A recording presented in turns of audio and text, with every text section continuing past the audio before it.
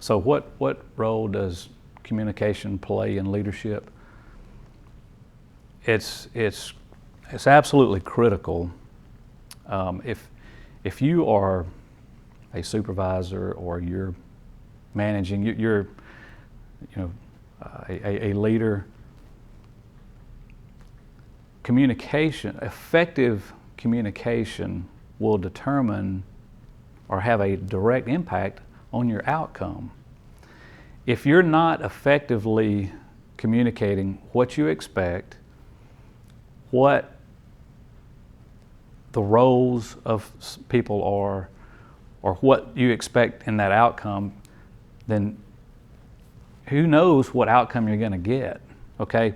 You've got to make sure that you are communicating what your needs and your outcomes are supposed to be in order to get there. I mean, you can't, if you're not communicating effectively, then you may have people going in all sorts of different directions. Not only are you communicating to get outcomes, okay, the desired outcome.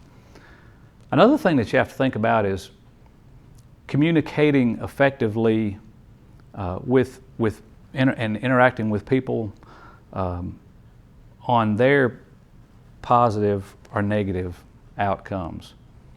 And what I mean by that, if you have a group or a person that is doing a good job and they're doing what you want them to do, then let them know it.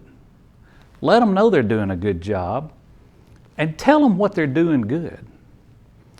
Well, conversely to that, for effective communication, is you've got to be able to tell people what they're doing that's not so good.